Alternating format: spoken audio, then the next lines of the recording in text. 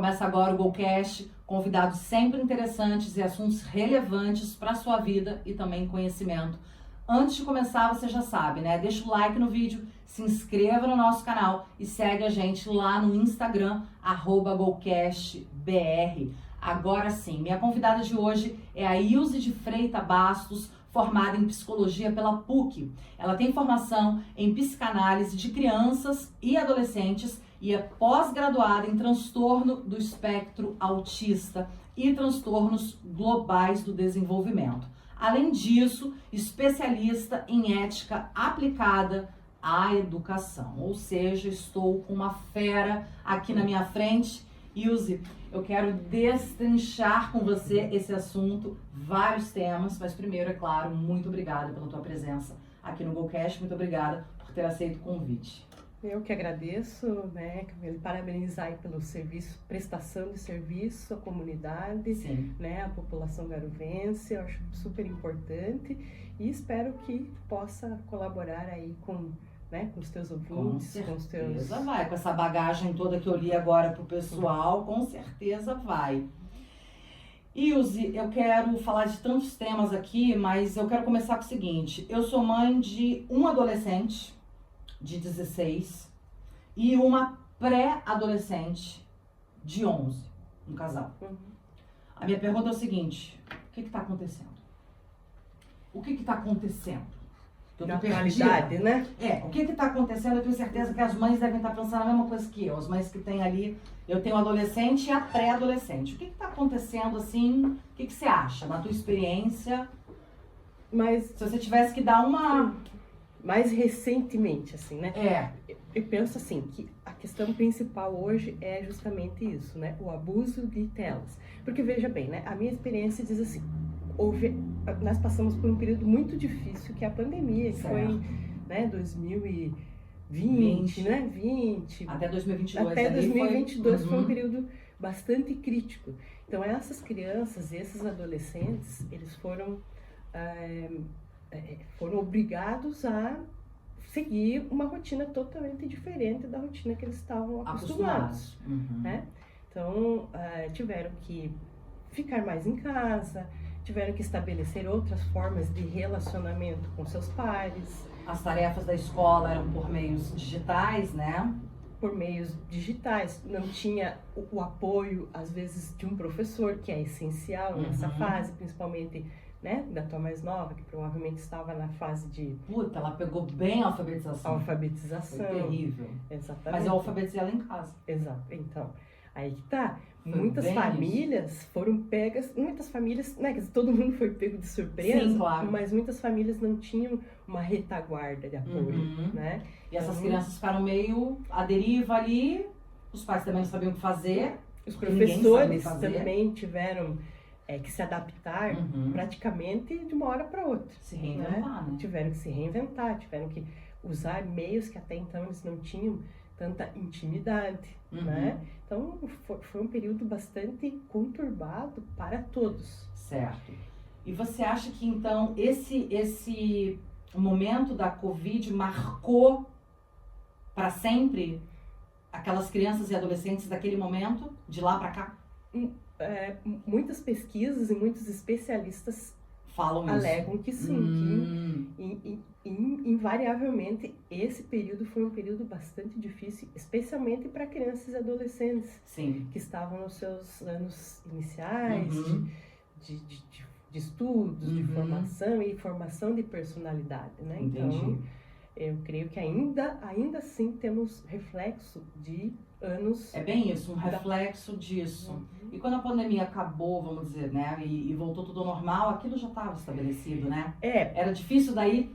Porque assim, né, as crianças os adolescentes tiveram que construir essas amizades de maneira virtual, né? E nisso, praticamente o único recurso que elas tinham eram os recursos celular, isso com o tempo foi se quase que se naturalizando, e as crianças tiveram dificuldade em voltar muitas vezes a relações reais, conversas. Então é um reflexo, né? Muito importante. Logicamente tem as questões individuais, claro, pessoais, familiares.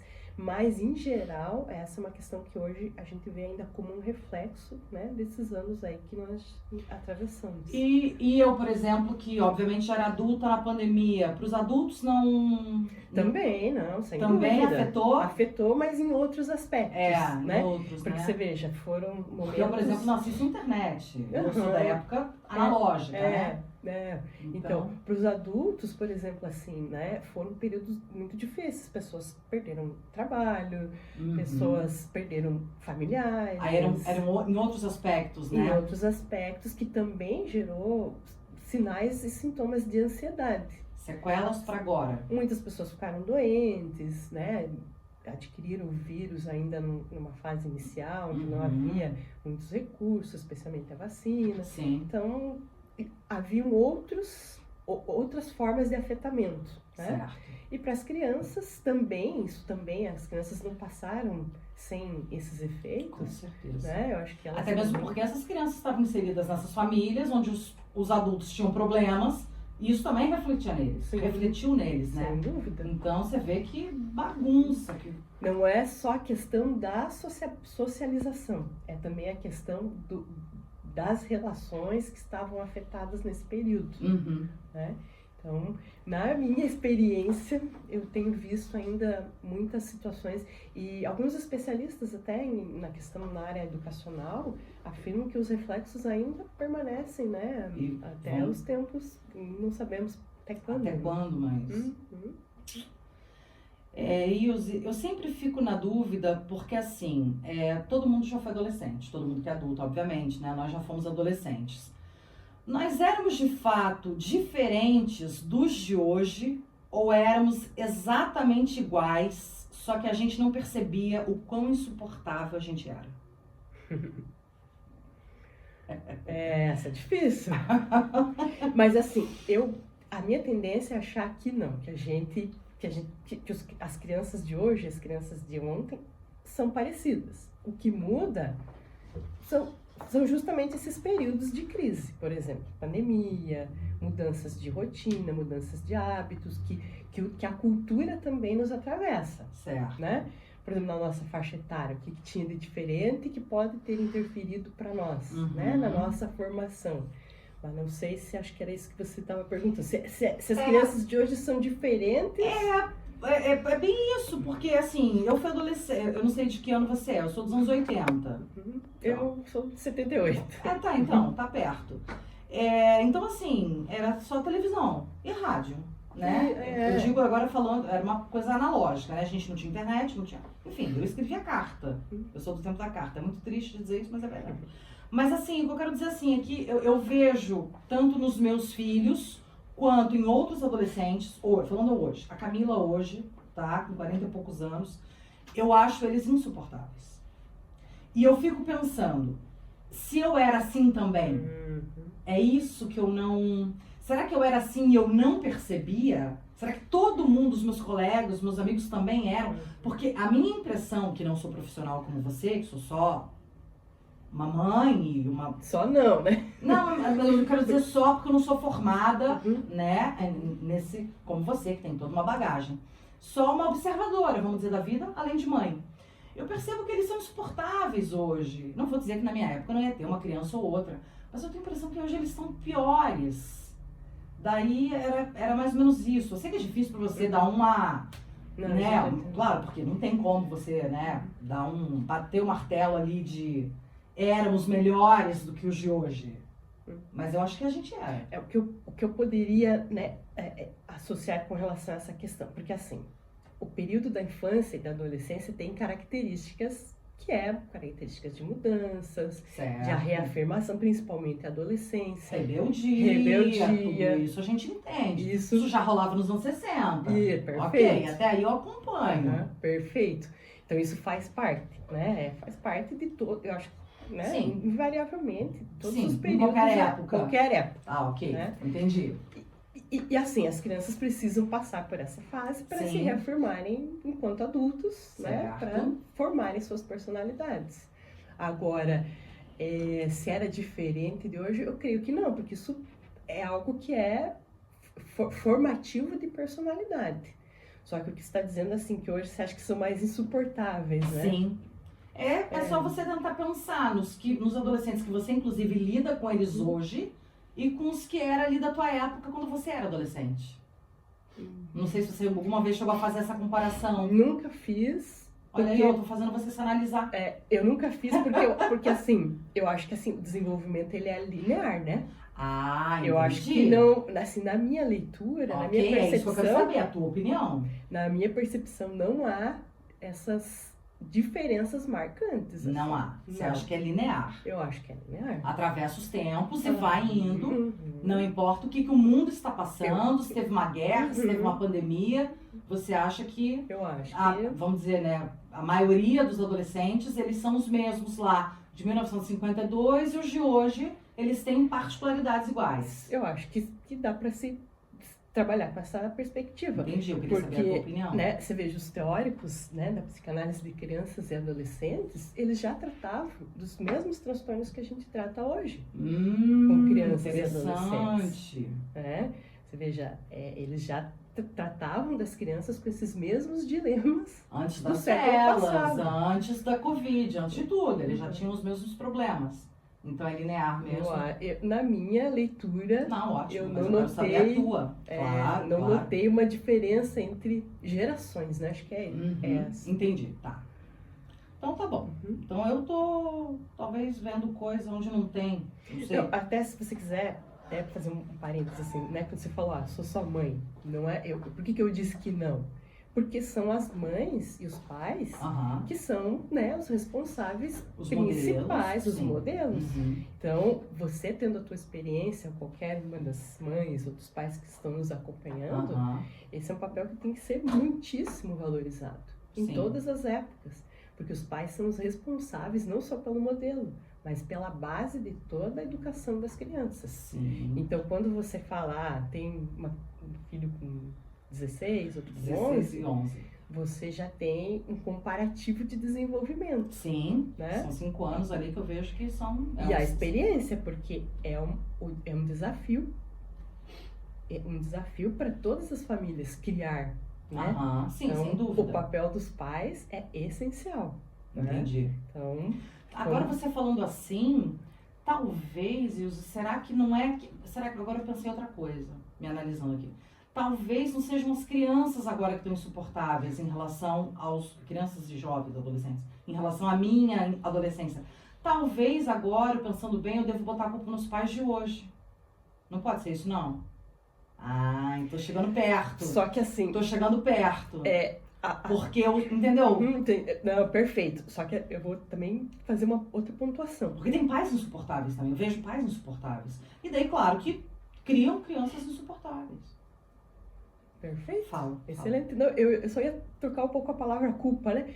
Pra gente não pensar em culpa, mas sim em formas de modelos, né? De criação, né? Mas, resumidamente, a gente pode pensar nisso. Mas... Eu não tô tão longe, então, do... Mas perfeita a tua sacada. Tá, entendi. Não são, né, tanto as crianças que mudaram, mas talvez os pais na criação dessas crianças. E isso tem muita relação com o momento presente, o uso da tecnologia, que não havia tanto há um tempo atrás, né? Quer dizer, isso tudo também, eu acho que acaba interferindo na relação dos pais com os próprios filhos. Sem dúvida, óbvio. Eu estava pesquisando sobre e vi que a comunicação é fundamental. Os pais deixarem um canal sempre aberto para os filhos, E eu faço isso, inclusive, tá? Lá em casa eu tento fazer muito, sempre falo para os meus filhos, qualquer BO, qualquer problema, por mais que vocês achem que é a coisa mais cabeluda do mundo, me contem, eu posso brigar, eu posso ficar brava, mas eu quero saber a verdade. Mas e quando mesmo assim, quando a gente se propõe a deixar um canal aberto, eles não se abrem? O que esses pais ou mães, ou pais e mães devem fazer? Aí que tá mais um ponto de desafio, né? Porque mesmo os pais oferecendo... Mas é só desafio, cara. Cadê o tal do paraíso da maternidade que me falaram? É desafio, mas é recompensador. Porque, né, a recompensa, né, vem quando a criança está bem bem direcionada, bem educada. Isso aí, às vezes, é uma recompensa que também os pais não enxergam, Não, né? eu enxergo nos meus. Então, A parte, eu enxergo, assim. Porque aí se perguntou, né? Como estabelecer um canal de comunicação, acho que é essa, né? Isso. Pois é, aí mesmo, porque assim... Porque tem que partir do pai e da mãe, né? Esse canal, suponho. Tem que haver... Não vai partir do filho, né? Dificilmente. Difícil, mas tem que haver um ambiente que as crianças se sintam seguras. Mesmo assim, mesmo você se esforçando, às vezes é preciso perceber no que a criança... participar do cotidiano daquela criança, ouvir com atenção, fazer como nós estamos conversando aqui, olhar uma no olho, os pais olharem nos olhos dos filhos. É o que eu faço em casa. Eu, pelo menos, me esforço muito Só pra fazer. Perfeito. Isso tem que ter firmeza, mas também saber acolher, né? Porque às vezes a gente tem firmeza, mas não tem acolhimento. Entendi. E para criança, adolescente, qualquer situação que ela se sinta um pouco insegura, para ela já é um ambiente que ela já não consegue, muitas vezes, expressar. Entendi. Né?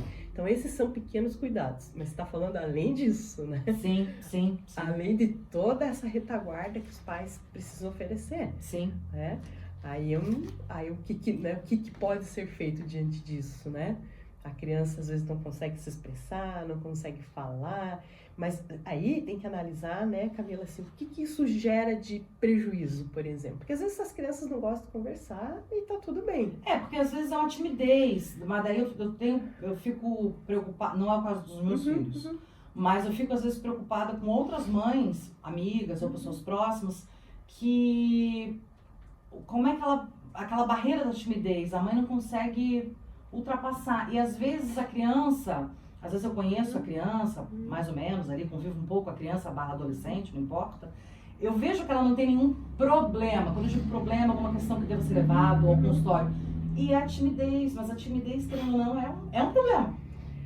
Depende. Em geral, acho que sim. Mas assim, por exemplo, a gente tem que tentar analisar se isso gera algum tipo de dificuldade, de sofrimento para a criança. Tá. Porque eu acho... analisar.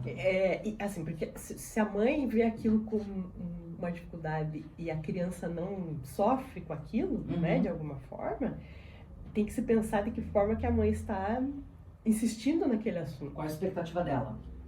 Qual a expectativa da mãe naquilo? Esse é um problema das mães, né? A gente tem expectativas e a gente se frustra todo dia. Exatamente. Porque às vezes a criança não vai reagir da forma que a gente espera. Que a gente projetou. Que a gente projeta. Exatamente. Lógico, a importância de supervisionar. Claro, tá sempre de olho. Tá sempre de olho. Né? Foi fazer um trabalho na escola, ficou tímida, né? Não conseguiu apresentar a criança. Mas aí tudo bem, né? O problema é quando isso vira uma frequência, uma constante. E gera para a criança um sofrimento. Né? Se a criança ficou tímida, mas ainda conseguiu tirar uma nota boa, né? Não reprovou, conseguiu a média, ela não fica chateada com aquilo, né? É um ponto. E a minha filha de 11 anos, ela é o contrário, ela é exibida, exibicionista ao máximo. É a melhor aluna da sala e gosta de falar para todo mundo e mostrar para todo mundo o diploma, o certificado que é melhor. Isso também não é ruim, não. O contrário do tímido, digamos, aí muito oposto, ela é muito assim, sabe, eu não sei se ela puxou a mim, talvez, meu marido vai assistir vai dizer que sim. Mas, assim, ela é muito dada, ela é muito, assim, exibicionista, não tem nada de tímida. Parece cigana, fala com todo mundo, conversa com todo mundo. Eu acho que não existe um risco quanto a isso, né? Vamos dizer, né? Se de repente, né, você... Lembrando que ela tem 11 anos. Então, se de repente você e o pai dela, o teu marido, orientam ela assim, né? Não converse muito com pessoas estranhas. Não, sim. Né? Isso sim, óbvio, é regra em casa. Então, e ela conversa, então isso gera alguma preocupação. Não, mas não era nesse sentido, era essa coisa assim de... Falando num popular, assim, muito popular, uma coisa de se achar muito. Autoestima? Isso. Talvez uma autoestima, às vezes, muito elevada. Eu digo, minha filha, menos. Né? Acho que não. Não é problema. É melhor do que ser, assim, baixa autoestima. É melhor do que ter baixa autoestima. É melhor. Né? E assim, talvez... Ela é meio narcisa, sabe? Ela é meio... Sabe? Mas você vê que ela é feliz dessa forma, ela fica contente. Eu não, assim, é difícil prever, claro, né? Claro, mas a princípio não acho que seja algo que, uma característica dela que possa, né? Ela é muito comunicativa, muito inteligente. Eu acho que é bom que seja assim, porque as crianças precisam de um canal para se expressar. Sim. Se a criança é mais retraída, a tendência é que, de repente, algum tipo de sofrimento, se for o caso, ela tem a tendência de não expressar. E se a criança é mais expansiva, muito possivelmente que essa criança consiga se expressar melhor, de uma forma mais, né? Mais clara, né? Ou expressar os sentimentos, né? Sim. Então, se for para pensar um pouco nesse comparativo de que seria mais ou menos apropriado, ou menos mais risco, eu acho que E é tão relativo, né, o estudo isso, né? É muito relativo tudo isso, né? É subjetivo, né? Subjetivo, é isso, essa palavra. Eu fico imaginando você, é individual o tratamento, as questões, as crianças, cada ser é único.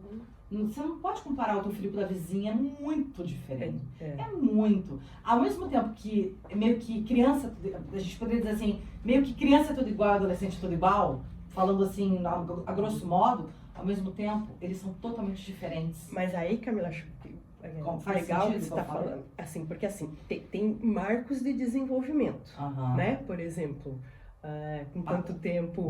Os padrões. Padrões de desenvolvimento. Por exemplo, quanto tempo que caminhou, com quanto tempo andou, como que foi esse período, né? Enfim, desde a infância até...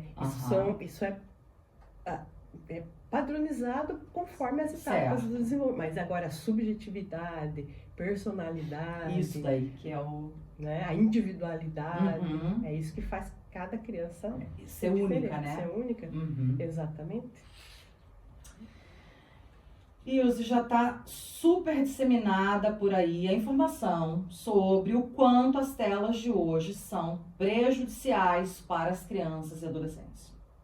Mesmo assim, eu reparo por aí, inclusive na minha própria casa, que é muito difícil fazer eles entenderem que isso é prejudicial, que tem que ficar menos nas telas, tal. O que a gente, mãe, como eu, faz? A gente vai pra surra ou a gente vai pra pedagogia do amor? Surra ou pedagogia do amor? Me fala. Se você disser surra, vai ficar chato pra você. Mas pode falar que aqui não vai, pra mim não vai ficar chato. Não, assim, é que também não quero ficar aqui, né, dando lição de moral pra, né, pras mães. Não, mas você mas pera lá. Se você que é você, a top, fera no assunto, não der uma lição de moral, quem vai dar? Eu não tenho direito porque os pais são autônomos, mas assim, sim, os pais têm autoridade, mas você é a sábia, você é a conselheira, você é a orientadora. Totalmente contra qualquer tipo de violência ou ameaça. Ou até tapa. Puxa na orelha, Ilse. Contrário. Eu sou radical quanto isso. Nem o puxão na orelha ela tá dizendo que não pode. Ok, quero saber a tua opinião. A minha opinião. Sou contrário. Né? Só uma pergunta. Você tem filho? Não. Então a tua opinião vai por terra, pelo menos pra mim. Não, reconheço. Mas pode continuar. E os pais aí no têm autonomia. No teu conto de fada, vai, continua. Vai. Mas falando sério agora, vai. Não, então, aí a ideia é a conversa, né? Aquele canal aberto que eu mencionei antes ali, diálogo, eu gosto disso muito lá em casa. E o exemplo, diálogo, né? Por exemplo, se a gente quer limitar o tempo de tela das crianças, a gente tem que também limitar o nosso. Isso claro. É um desafio. Não estou falando aqui, né, julgando ninguém, porque é um desafio. A gente também. É difícil para mim deixar... Imagina que eu trabalho com o celular. É difícil para eu deixar de usar as telas. Então, a gente precisa também fazer essa reeducação. Sim. Né? E também é interessante, assim, por exemplo, estabelecer momentos... lugares da casa que o celular não pode ser usado. Isso eu acho muito bacana. Né? Lá em casa, almoço... Sem celular. Sem celular. Né? A minha filha, de 11 anos, essa exibida, ela ainda não tem celular. Uhum, Ela é a única, talvez, da sala dela que não tem celular. Isso também é um desafio. é um desafio e eu me proponho não, você não tem idade para ter celular. Então ela pega o celular do pai ou meu, às vezes para usar um WhatsApp, para combinar com uma amiguinha, uma tarefa, vem aqui dormir aqui em casa, ok. Entendeu? Mas ela não tem o seu celular. O meu filho, que tem 16, foi ter o celular dele porque ele pediu para mim que ele queria começar a trabalhar. Eu falei, você não precisa. Precisar, não precisa. Mas ele queria aquela coisa do comprar além do básico que ele já tem. Claro que eles têm muito mais do que o básico. Autonomia, né? Isso, achei ótimo. Meu filho já é um outro temperamento. Mas assim, a Valentina, ela é meio mundo de poliana, meio essa exibida, ela... Assim, meio que não quer nada fora do Brasil, ela é mais good vibes. Meu filho já não, ele já tem uma responsabilidade. Ele ano passado falou, mãe, eu quero começar a trabalhar. Falei, aí eu tentei protelar uns meses, aí eu vi que não deu. Ele queria ter o dinheiro dele para comprar as coisas dele.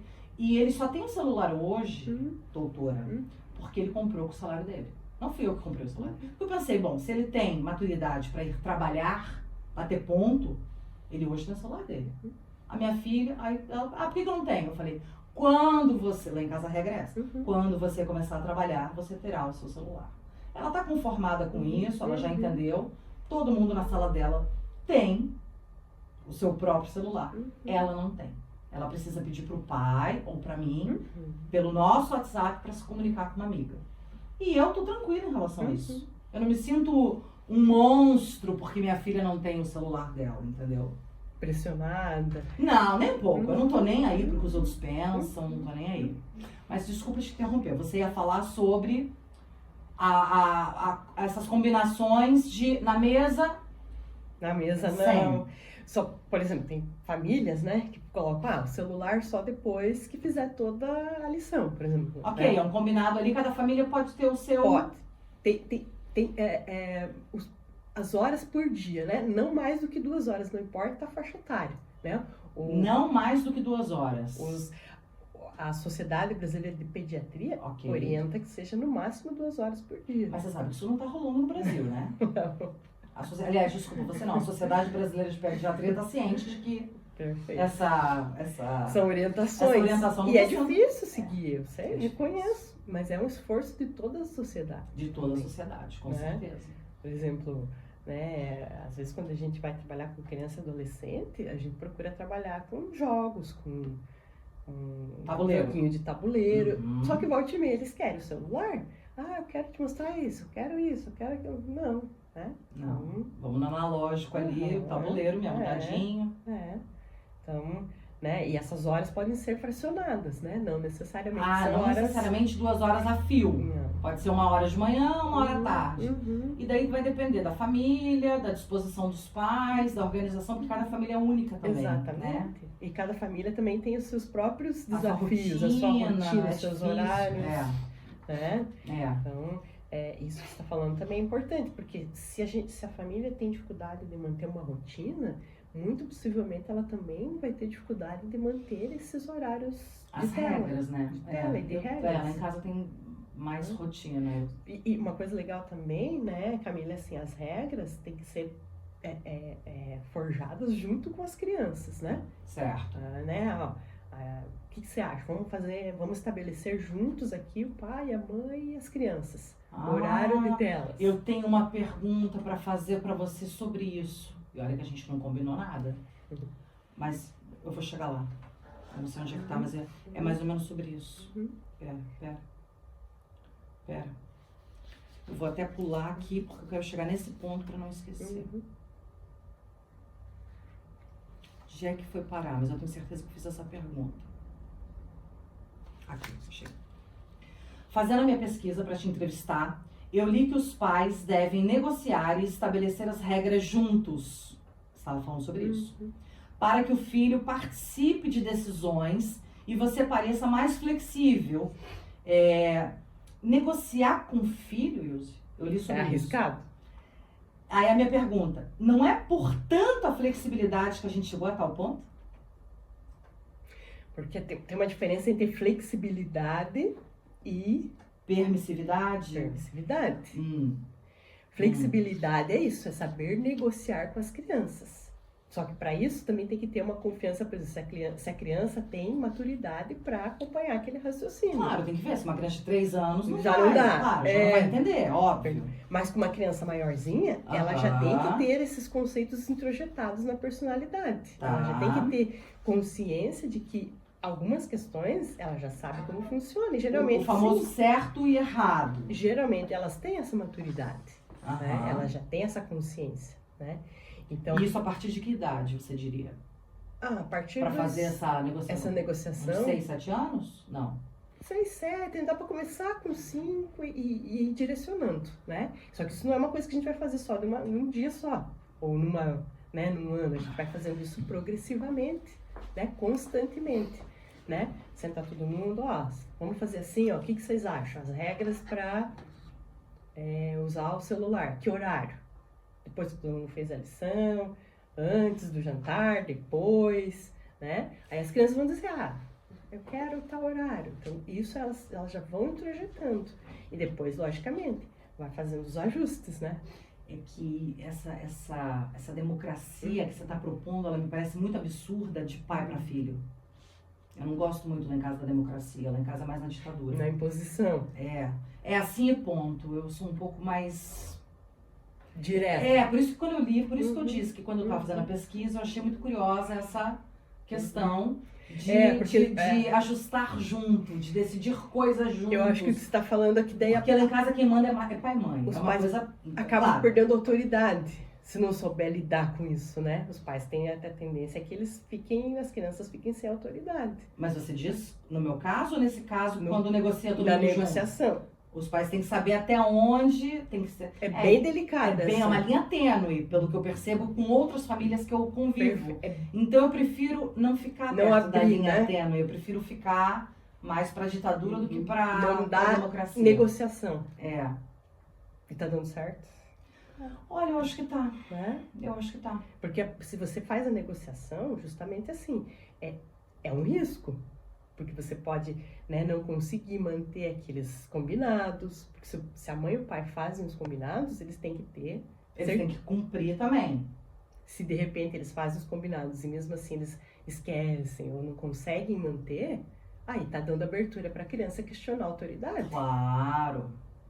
É um risco. E tem um outro lado também, que é do pai. O pai e a mãe fizeram lá os ajustes, tudo assim bonitinho, porque pra mim isso aí tá parecendo um conto de fada. E os filhos daí não cumprirem, os pais também não se frustram, não vão ficar bravos, não vão retalhar. Pera lá, a gente não combinou isso aqui? Por que vocês não estão cumprindo? Tem esse perigo, não tem não? Essa é a educação positiva que muitas famílias adotam. Não é a surra. A educação positiva não é a surra. É essa negociação, esse diálogo, essa conversa. Não, mas lá em casa tem diálogo, tem conversa, juro pra você. E não tem surra. Eles estão de testemunha. Tô falando aí pra todo mundo. Não tem surra, apesar de que eu gostaria, mas eu evito. Muitas vezes dá vontade, mas eu evito. Eu me seguro muito, mas dá vontade. Mas eles seguem os combinados, as regras? Seguem, na maioria dos casos seguem. Eu diria que 90%, daí falando num geral de rotina, de responsabilidade, 90% eles seguem. As regras definidas por mim e pelo meu marido. Então, tá indo bem. Claro que há um escape aqui, outro ali, há um deslize deles aqui, outro ali, como há nossos também, porque é óbvio que pai e mãe não é perfeito, não é santo, né? Às vezes eu também erro, também me culpo, choro, peço desculpa. Mas então, eu acho que a gente tá... Também tem que ter isso, né? Uma harmonia ali. É uma construção também, né? É certo. Não existe, por exemplo, assim, não existe certo e errado. Pois não vem manual. É uma construção. É uma construção. Né? E às vezes uma desconstrução. Também. O que você aprendeu com o teu pai e com a tua mãe, você não quer repetir. Erro e acerto, tentativa e erro. Tudo tateando. Cara, é muito complicado. Muito complicado. Olha, te contar uma coisa. Por isso que é desafiante. Outra questão, a questão do tédio também me chama atenção. Eu, quando era criança ou adolescente, não tinha celular não existia celular. Então, por exemplo, eu passava 12 horas viajando num carro com 2 opções. Ou eu dormia, ou eu via a paisagem pela janela. A minha filha reclama já de tédio no carro, numa viagem daqui a Curitiba de 1h30. Isso tem sido uma constante? Isso é uma constante e eu vejo que é algo que faz com que as crianças procurem recorrer ao celular. Porque assim, ó, a gente tá na metade, daqui pra Curitiba é rápido. Ela tá na metade, ela diz assim, tô entediada. Eu digo, olha a janela, olha o morro, olha a floresta. Porque ela quer usar, às vezes, o celular do pai pra passar aquele tempo. Eu digo, não pega. Aí eu digo, ou você dorme, que era a opção que eu tinha, como eu mencionei. Ou você dorme ou você olha a paisagem. Vai contando o carro, vai contando o ar. Porque eu fico impressionada, porque ela é mais impaciente do que meu filho. Meu filho ainda é mais... Eles têm... É água e vinho. Ela é o vinho, pra deixar claro. Ela é a doida. E ele não, ele é mais tranquilão e tal. Então, assim, e ela... ele se entediava? Muito pouco, muito menos do que ela. Ele tem a personalidade muito parecida com a do meu marido. Porque eu e meu marido também somos água e vinho. Então, ela é toda eu e ele é todo ele. Por incrível que pareça. Então, ele era muito mais tranquilo. Porque, assim, eu nunca tive um filho de 16, né? Eu tô tendo agora. Só que eu já tive um filho de 11, que era ele. Só que ela, que tá no 11, ela é completamente diferente dele quando ele tinha 11. Tu conseguiu entender? Parecia meio confuso. Não, entendi. Ele com 11 era um, e ela com 11 agora é outro. É outra criança. Eu sei que é outra criança, é outro filho. Mas eu achei que ela ia ser igual a ele com 11. A personalidade deles é... A criação foi a mesma. E eu volto e meia comento isso. Filhos do mesmo pai e da mesma mãe, mesma genética, mesmo DNA, mesma cultura, mesma rotina, mesma base, e saíram absolutamente diferentes. Então, por isso que eu digo, pra mim tá sendo novo hoje ser mãe de um filho de 16, porque eu nunca tive um filho de 16. E ela, mas eu já fui mãe de uma criança de 11, no caso ele. Mas ela me surpreendeu com 10, com 9, com 8, pela personalidade dela ser tão diferente. Então ele com 11 no carro, eu consigo lembrar, não faz tanto tempo, ele não ficava tão entediado, ele não reclama, podia até ficar, mas não enchia o saco. Ela enche o saco. Mãe, tô entediada. Mãe, ela se entedia rápido, fácil pelas coisas. Mas eu vejo que não é só ela. Outras mães reclamam disso pra mim também. Por isso que eu tô te perguntando. É uma epidemia de tédio que tá rolando por aí? É isso que é, né? Não conseguir ficar sem fazer nada. Porque a gente foi acostumada a ficar sem fazer nada. Sem, né? Nada, só ver a paisagem, olhar para elas. Só que aí o celular, ele acaba sendo um recurso que acaba gerando, né? Conforto para eles? Eu acho que mais uma ansiedade, porque quando você está no celular, você está ali, as informações são muito rápidas, né? Os vídeos são curtos e rápidos, os assuntos, os temas. Então isso também gera uma sensação assim de preenchimento, só que um preenchimento... Um prazer ali momentâneo. O que gera, né, o que pode vir a trazer justamente aí quase que uma sensação assim de automática de usar o celular quando está entediado. Um vício, quase um vício, podemos falar assim? Que desperta interesse, desperta ali estímulos que a criança, né, está procurando muitas vezes assim inconscientemente e ela recebe ali, então eu acho que é mais perigoso, eu acho que é mais mas né, numa viagem, né, o que vai fazer, né? Pois é, mas eu digo, não, vai olhar a paisagem, E meio que pegando esse gancho aí, do tédio e a frustração. Porque eu percebo que eles também não sabem lidar com o não. E eles vão receber muitos nãos pela vida. Eu vivo dizendo isso para os meus filhos. É o que eles mais vão ouvir não por aí. Como é que lida com essa frustração? Como lidar com a frustração, né? É isso, é deixar viver aquele momento. Deixar se frustrar. Deixar se frustrar, porque não tem como os pais evitarem que a criança não se frustre, porque isso... Não, eu entendo que eles não têm como evitar no futuro, mas eu vejo pais hoje que dizem sim pra quase tudo. Justamente pra não frustrar o filho. É isso que eu tô falando. Tá, entendi. Porque lá quando esse filho for adulto, aquele pai, aquela mãe já tiver morrido, ele estiver morando longe, ele não vai saber lidar com aquela frustração, porque o pai e a mãe deram sim pra tudo. Esse é o perigo. Você tá falando no caso dos pais serem permissivos, né, terem dificuldade de impor os limites. E dizer não. Pra não magoar, pra criança não fazer birra. Tem isso, né? Pra não se incomodar. Eu sei, porque eu sou obrigada a admitir, já teve momentos para eu não me incomodar de estar tão cansada, de deixar numa hora imprópria, numa hora errada, muito à noite, deixar a Valentina pegar o celular porque eu queria paz. Entende? Então eu sei disso, porque eu já vivi isso. Porque eu tava muito cansada e porque... Tá, Valentina, então pega o celular, porque eu precisava um pouco... E daí ela fica quieta. Mas eu digo, eu fazia isso uma vez ou outra, mas eu digo os pais que... Daí não só no assunto do celular. Em geral, né? No geral, é sim pra quase tudo. Pra proteger. E o que esse adulto vai se tornar? Porque a criança não vai ter modelos de lidar com frustração, realmente. Né? O indicado é que a criança lide com isso. Pode trazer até um pequeno sofrimento, porque ela fica frustrada com algo, mas ela precisa passar por aquela etapa. É o que eu acho. Para ela ter recursos de reagir, né, ao longo das etapas da vida dela. Porque eu acho que é uma pré-proteção para a vida adulta. Vamos dizer, quase que um treinamento, né? Cara, porque eu volto e me comento isso com as crianças lá em casa. O mundo lá fora não é essa beleza que é aqui em casa, não. O mundo lá fora é feio, tem pessoas malvadas, vão ter chefes chatos e a professora Valentina às vezes fica reclamando, a Valentina é chata.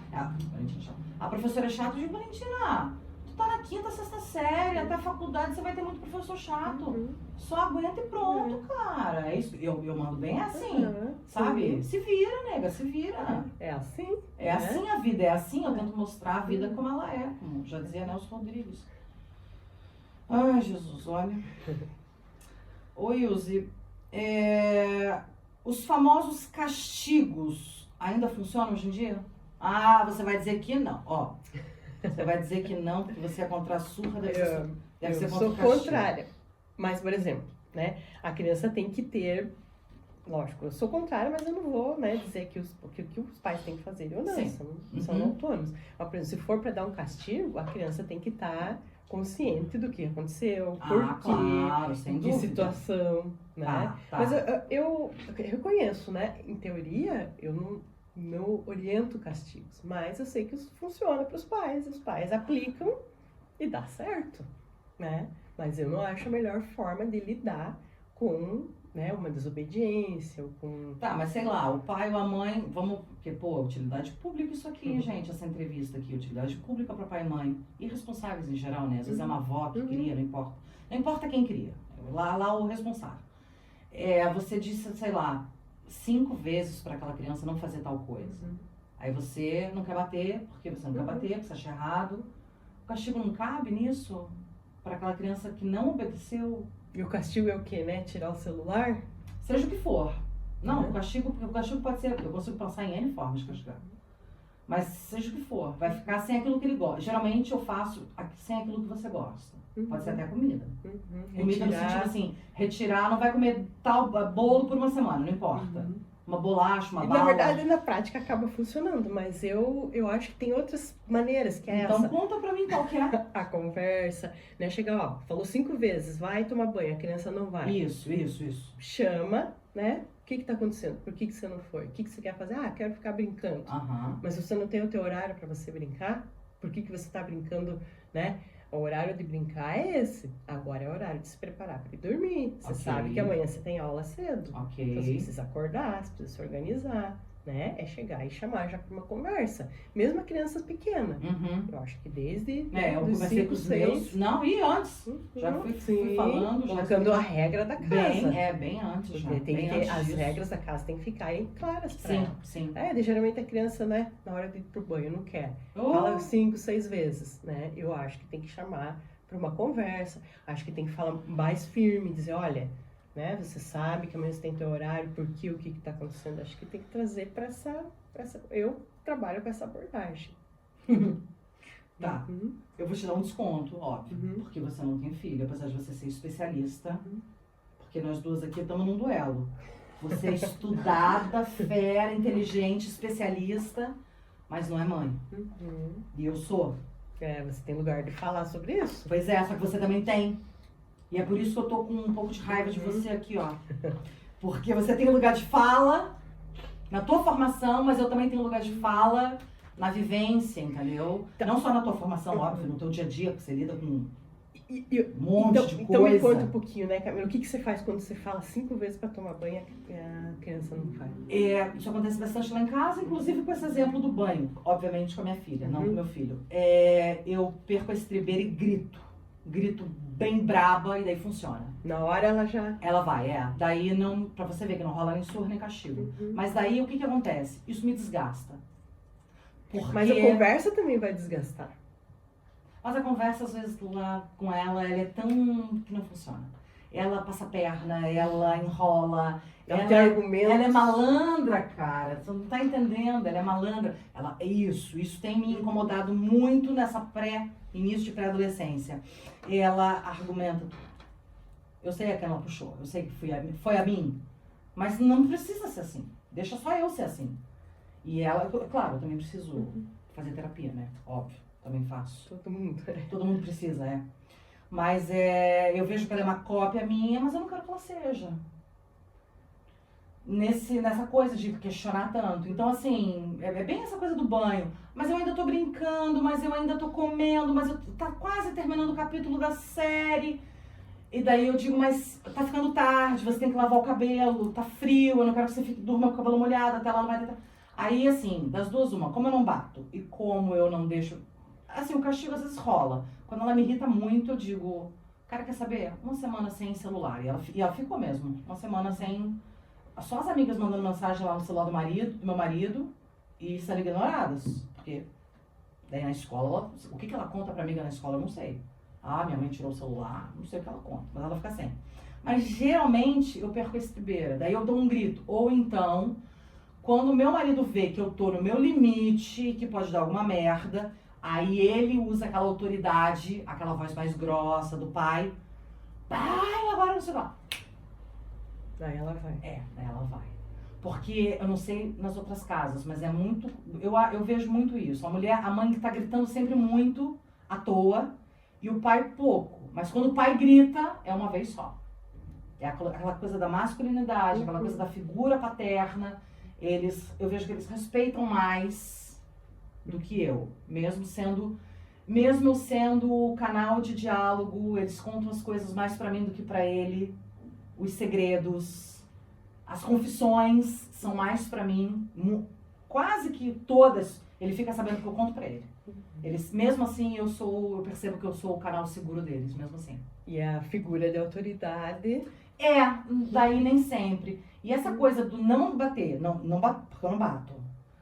Aí nem sempre deixo o castigo. Aí essa coisa me desgasta, essa coisa do perder a estribeira. Depois de 5, 6 vezes que eu mandei ou escovar o dente, ou tomar o banho. E ela enrola, e ela questiona, e ela é malandra, ela me dá volta, cara. E daí eu vou ficando muito puta com isso. Mas aí depois você conversa sobre isso com ela? Não precisa ser no momento ali, né? Posteriormente. Às vezes sim. Né? E o meu marido daí, sem mim, em momentos que ele tá com ela... Ele conversa com ela. Ele me diz que conversa com ela. Cara, por que não obedeceu tua mãe?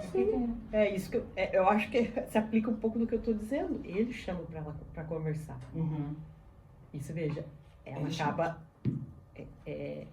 respeitando a autoridade dele. Porque ele chamou pra conversar, tentou entender o que aconteceu. Eu acho que eu devo... Tá. Eu acho que a abordagem... dele tá, né, me parece que ele tá conseguindo ter essa firmeza. Sim, não, ele tem. Retoma aqui o que aconteceu ontem, por que você não obedeceu tua mãe? Sim. Muitas vezes ele faz isso. Aí funciona por uns dias, mas depois descamba de novo, Wilson, é isso que eu tô te falando. Depois descamba.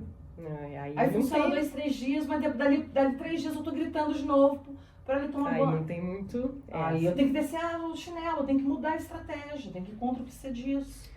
Começar a bater essas crianças. Ai. Deixa eu ver onde eu parei. Aqui, ó. Eu acredito que essa dúvida permeia a cabeça de muito pai e mãe. E é uma que tem mais ou menos a ver com o que a gente estava falando agora. Permeia muito a cabeça de muito pai e mãe. Eu devo ser amiga ou mãe dos meus filhos? O que você me disse? Essa é uma pergunta que... minhas amigas já me faziam, né? Que tem filhos. Porque, assim, às vezes as mães querem ser amigas das filhas ou dos filhos, mas é isso que você está dizendo, é a autoridade. Quem que eles têm que respeitar, quem que tem que ser... As regras têm que ser dadas pelos pais, então, aí não dá muito para ter essa negociação, porque aí é justamente isso, elas são... Tem as figuras de autoridade, né? Então não dá para ser amiga. Na minha experiência, eu acho que tem que ser mãe e não amiga. Ótimo, concordamos nesse ponto, então. Porque assim, né? Tem que haver essas figuras de autoridade, né? Não importa como que vai colocar a autoridade, né? A autoridade tem que ser colocada. Entendi. E as crianças, os adolescentes, têm que saber que ali é um porto seguro, mas que ela precisa ter essa figura de autoridade respeitada. Entendi. Né? Então, eu acho que não dá para ser amiga. Ótimo. Eu acho que tem que ser... pensamento também. Eu acho que tem que ser... Mãe. E o pai tem que ser pai, não amigo. Amigo faz na escola, faz na rua, tem a vida toda pra fazer amigo. O pai e a mãe é um só. É meio isso, né? Eu acho que... Porque assim, o pai e a mãe, por mais que eles sejam a figura de autoridade... E legais, contanto ser maneira, contanto ser legal. Exatamente, tal, perfeito. Uma coisa acho que não tem... mas eu volto e meia lembro eles. Não me confundam. Eu sou legal com vocês, mas eu não sou amiga de vocês. Perfeito. Eu sou mãe de vocês. Eu sou a mãe, né? Então, ser mãe também é isso, participar, conversar, brincar, não precisa ser aquela mãe se divertir. Eu tiro o saco deles, eles chamam de mim. Há uma liberdade, há uma brincadeira. Então, só que tem os limites também. Tem os limites. Vai ultrapassar aquele limite. Quando eles ultrapassam, daí eu fico muito brava. É bem isso mesmo. Como é que tá a situação do bullying no seu consultório? É uma queixa constante? Qual tem sido a orientação dos profissionais em relação a isso, quando chegam queixas de bullying lá no teu consultório? O bullying é um tema bastante sensível. Ainda ocorre bastante, gera consequências, né, que você já sabe, enfim, que toda a população já sabe. Terríveis. Né? Mas é um desafio também no sentido de que não é só os pais que vão enfrentar o bullying, é toda a sociedade. São os pais, é a escola, são os profissionais de saúde, são a família, né, extensa. É um desafio muito grande, né? A escola tem que fazer também, né, essa escuta das crianças, né, dos adolescentes. E a indicação, na maioria dos casos mesmo, é o processo psicoterápico. Por quê? Porque é um ambiente em que a criança vai se sentir segura de tratar daquelas questões de forma a evitar possíveis consequências, especialmente em relação à autoestima, né? Você está falando das que sofrem o bullying, não? As que sofrem. As vítimas, as vítimas de bullying, né? Trabalho mais com crianças que sofrem, mas também tem as crianças que fazem, você tem razão, né? Mas as que sofrem o bullying, elas precisam ter recursos de lidar com aquelas situações de forma a não gerar sintomas de ansiedade, de depressão, baixa autoestima, né? Então, por isso que eu digo, tem que ser um trabalho conjunto, né? A escola, a família, os profissionais de saúde. Mas, ali na minha pergunta, é uma coisa que acontece com frequência no teu consultório? Sim. É um assunto que chega bastante. Está em alta. E chega bastante e também, né? E há uma faixa etária uma faixa etária mais específica? Por exemplo, quando eu atendo adultos, também tem os adultos que foram vítimas do bullying. Né? Quando crianças? Quando crianças. E levam isso para... A faixa etária que eu mais atendo é entre 10 e 15 anos. É bem essa faixa terrível. Entre 10 dos que estão sofrendo bullying. Dos que sofrem bullying. Essa é a faixa etária mais comum. Enfim, tem diversos programas de atendimento de vítimas e também programas que podem ser aplicados pelos profissionais da educação, que podem ajudar, mas realmente é algo que ainda a sociedade em geral tem bastante dificuldade de lidar. Tem, claro. E no meu caso, que ensinei meus filhos porque, claro, estão no mundo, estão na escola, ninguém está livre de sofrer bullying. E no meu caso, que eu orientei eles, aí eu me responsabilizo só por mim, meu marido não concorda com a minha opinião, mas é a minha orientação, que eu orientei eles desde sempre a, quando sofrerem bullying, descer a porrada no outro coleguinha que ele vai parar. Tá errado esse meu... Mas assim, eu sei que você vai dizer que tá errado, mas eu vou te falar o seguinte, funcionou, que é uma beleza. Eu não tenho problema com bullying lá em casa, porque eu falei pra eles. O bullying sempre acaba, porque quem faz o bullying é um covarde, na minha opinião. Então eu ensinei desde sempre, desde o jardim de infância, pra descerem a porrada. E meu marido é contra essa... Meu marido é o mais tranquilo, é o mais sensato. A essa altura você já percebeu quão maluca eu sou. Então, óbvio que meu marido é o mais sensato. Mas funcionou muito bem, eles têm uma boa autoestima, os dois. Não levam, ensinei desde cedo a não levar desaforo pra casa. Isso inclui o bullying. Na minha época se chamava desaforo pra casa, na nossa época não existia a palavra bullying, na minha infância não existia. Ensinei muito desde sempre, porque eu sou uma pessoa que rio muito de mim mesma, e eu acho que isso ajuda. E ensinei muito a eles a rirem de si próprios. Então, muito bullying na vida deles passou batido, no sentido deles não ligarem, por eu ensinar desde sempre a rirem de si mesmos. Porque a pessoa que se leva a sério, entende? A pessoa que se leva muito a sério, eu acho que ela sofre muito. Aí o bullying bate fundo nessa pessoa. Então, eu ensinei essa leveza pra eles. Então, provavelmente, muito bullying passou raspando neles por conta desse ensinamento que eu passei de não dar bola, de quando darem um apelido ria junto, porque o bullying perde a graça. E quando nunca aconteceu, mas quando e se aquilo for uma coisa muito, de fato, grave, desça uma porrada e depois eu me entendo com a escola. Mas acho que tem funcionado bem a minha abordagem, o approach, apesar de totalmente contra, claro, o seu, óbvio, eu entendo por que você é contra. Meu marido também não concorda comigo. Mas você veja, né, importante é explicar isso para as crianças, né, diante de sofrer uma bullying, ela se posicionar. Eu sei que não é fácil, ela também... Ótimo, porque... Quem tá ouvindo isso pode dizer, meu Deus, que absurdo que a Camila tá falando, mas eu poderia traduzir de uma maneira leve. Sim. Eu ensinei meus filhos a se defenderem. Eu entendo isso que você tá dizendo. Porque assim, né, as crianças saberem, né, o que é o certo, o que é o errado. Porque às vezes as crianças até têm dificuldade de ver um amiguinho tirando sarro do outro, acha até engraçado, não percebe. Às vezes até percebe, mas tem medo de se posicionar diante dos coleguinhas, né? Então a criança primeiro tem que perceber o que é o bullying, o que não é, né, chamar o amiguinho por apelido pode ou não pode, a criança tem que ter essas percepções, né? E à medida que a criança reconhece, ela pode dizer, não, eu não aceito que me chamem de apelido, eu não quero, né? Então, você está ensinando a criança a se defender, né? Mas essa defesa que você está falando é a criança falando assim, desse jeitinho aí. Funciona?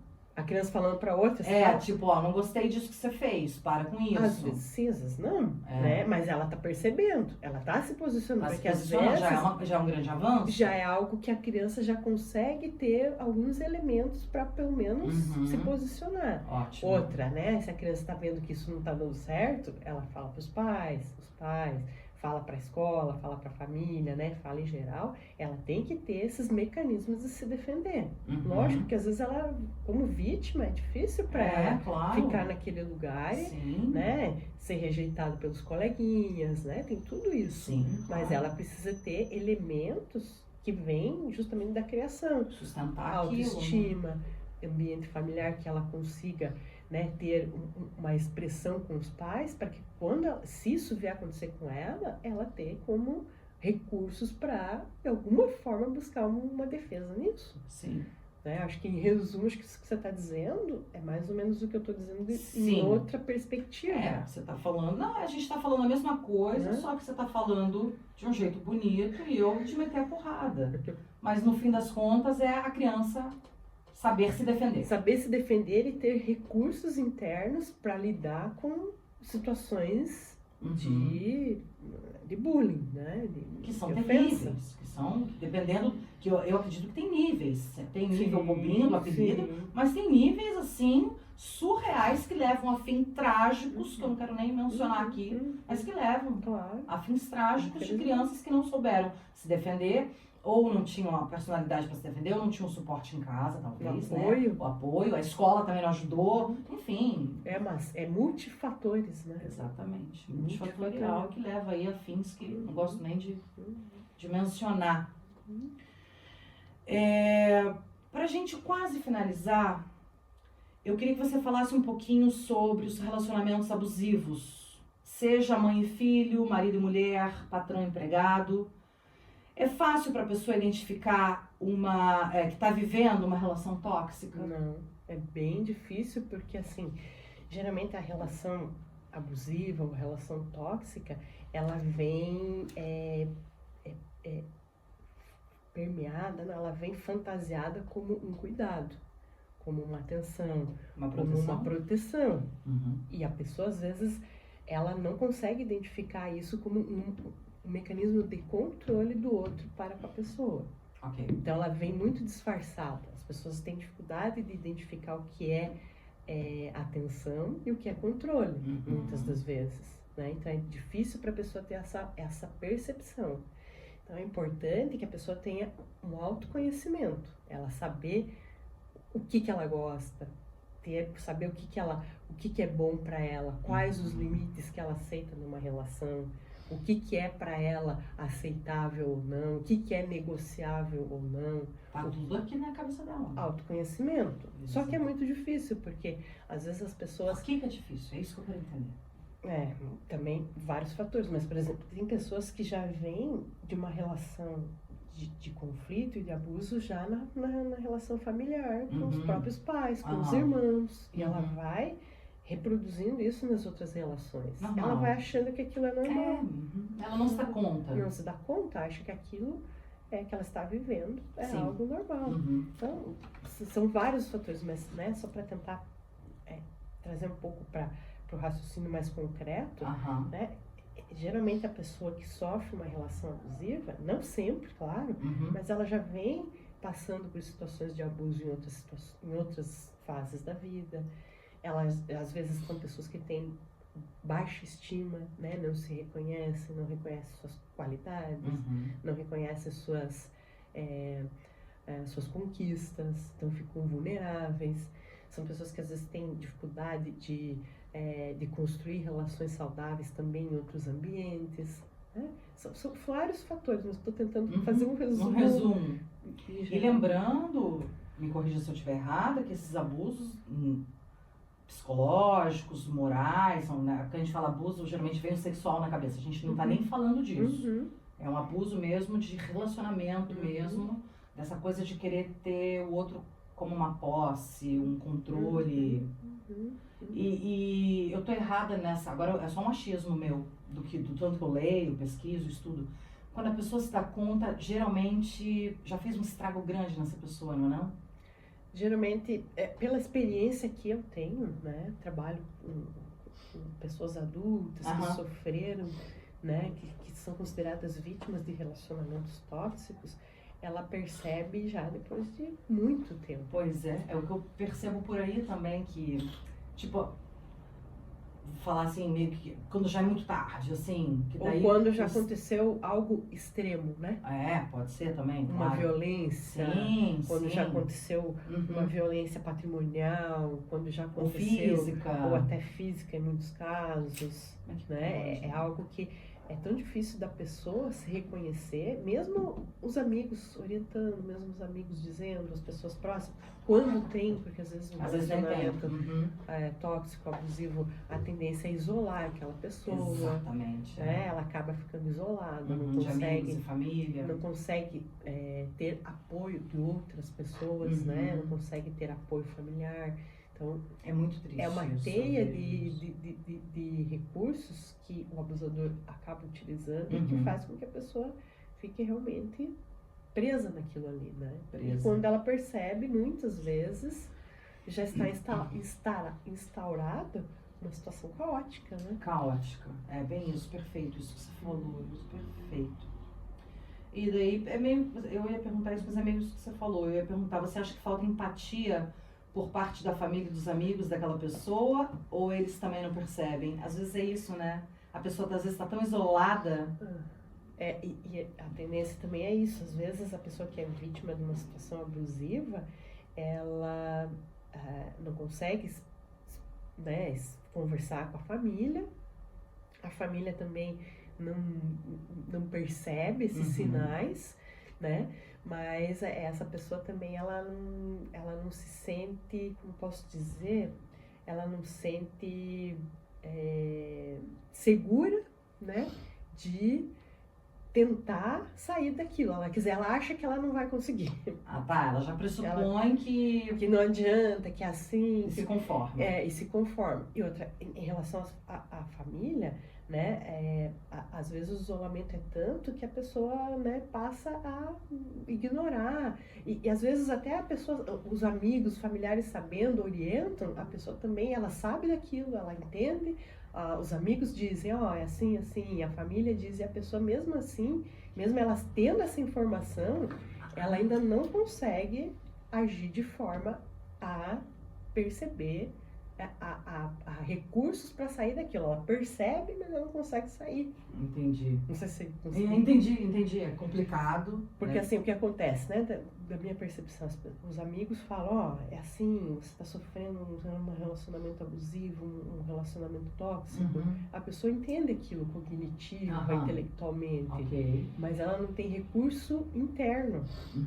Não tem recurso emocional para tomar uma atitude. Para tomar uma atitude e virar aquela chave. Entendi. Não é só recurso interno, às vezes não tem recurso financeiro. Claro, tem essa parte. Ela não tem no caso de marido e mulher, né? Aí complica. É isso que acontece, vira todo uma teia que a pessoa fica muito suscetível, né? E daí também pegando esse gancho, e pode haver vergonha também quando essa pessoa se dá conta do que estava vivendo. Muito comum. E que os outros podem julgar. Muito comum. Né? Também, né? A vergonha. A vergonha. Quando eu digo caiu a ficha, ela realmente está com esse recurso emocional que você falou, ela realmente, cognitivamente, ela sabe de tudo, mas daí vem meu Deus, como é que eu fiquei tantos anos com esse cara? Vamos dizer, o marido, no caso, com esse cara.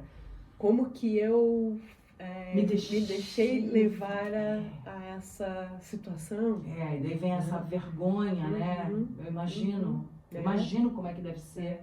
Eu já ouvi muitos casos. É uma vergonha e também eu acho que uma dificuldade assim, de reconhecer, de aceitar que passou por aquela fragilidade, né? A negação? Isso é difícil mesmo.